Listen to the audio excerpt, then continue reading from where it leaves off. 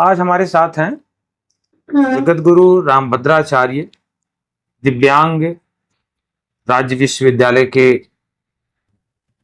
सम्माननीय कुलसचिव जी मधुरेंद्र कुमार पर्वत। आपके पिताजी की चिकित्सा हम कर रहे हैं और सेकंड फॉलोअप में आए हुए हैं। जिस समय आए हुए थे उस समय पहली बार जब आए थे ओपीडी में, तो पहले मॉडर्न मेडिसिन में ट्रीटमेंट का कहाँ चलता रहा उनका? मेदांता में कराया हूँ, अपोलो में भी चल रहा है, मेदांता में भी चल रहा है सर।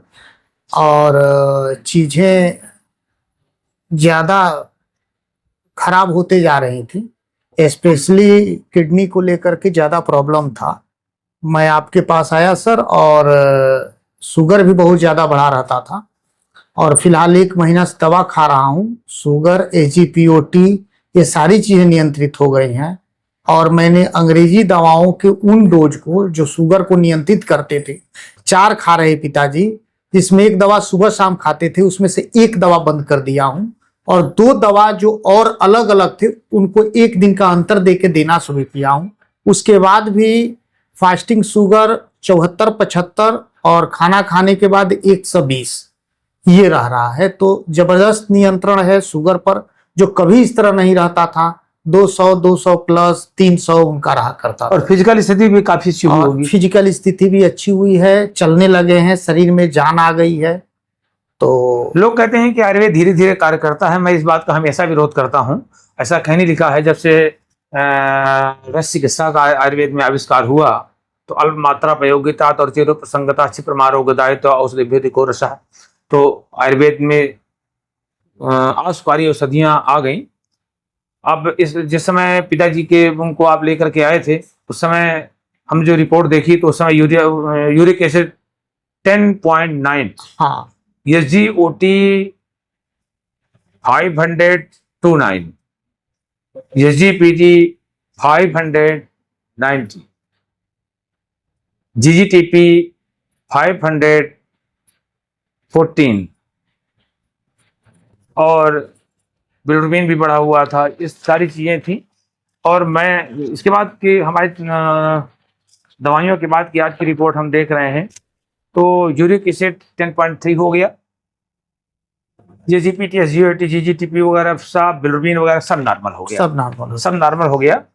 अब इससे अच्छा क्या चमत्कार हो सकता है? देर लगी नहीं, 1 महीने का सारा रिजल्ट है ये सारा। बिल्कुल बिल्कुल। ये बहुत बड़ी भ्रांति है और मैं तो हमेशा इसका विरोध करता हूँ कि आयुर्वेद धीरे धीरे कार्य करता है। ऐसा नहीं है। नहीं, ऐसा नहीं, ये फैलाई हुई भ्रांति है अब मुझे लगता है। और एक कहावत नहीं है कि सूरज तुम्हें गाली पड़ने वाली है क्योंकि जुगनू ने शराब पी रखी है।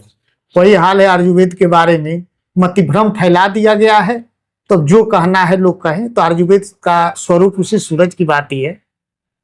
तो चमकेगा फिर से। और आप जैसे लोग जो आयुष ग्राम में आज काम कर रहे हैं, इस तरह के चीजें फैलनी चाहिए, इसकी नेटवर्किंग होनी चाहिए। आप अपने लिए नहीं, लेकिन कमोबेश उन लोगों के लिए जो अफोर्ड नहीं कर सकते हैं आधुनिक मेडिसिन को, तकनीकी को, उतना पैसा नहीं व्यय कर सकते हैं, ट्रैपिंग में फंस रहे हैं।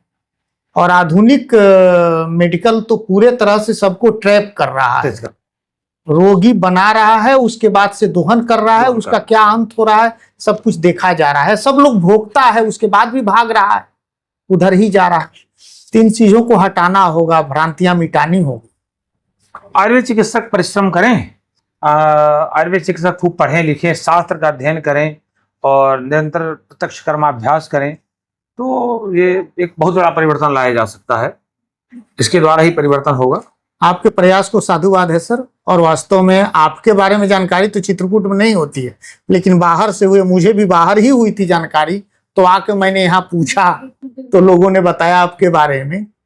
तो चीजें आप बाहर फैल रहे हैं सर, और हमारे और सामान्य लोगों के लिए अच्छी चीज है कि आपका फैलाव हो, लोग जाने और इस ओर आकर्षित हो सके। बहुत आयुर्वेद के विस्तार के सिद्धांत को आधुनिक विज्ञान के सिद्धांत और पैरामीटर पे परखा जाता है, जिसकी वजह से आयुर्वेद प्रकाशित होने में बहुत कठिनाई और धीमी गति से वो हो रहा है। और हमें लगता है आयुर्वेद का अपना विज्ञान है और उसके अपने पैरामीटर हैं, वो उस पे परखा जाना चाहिए।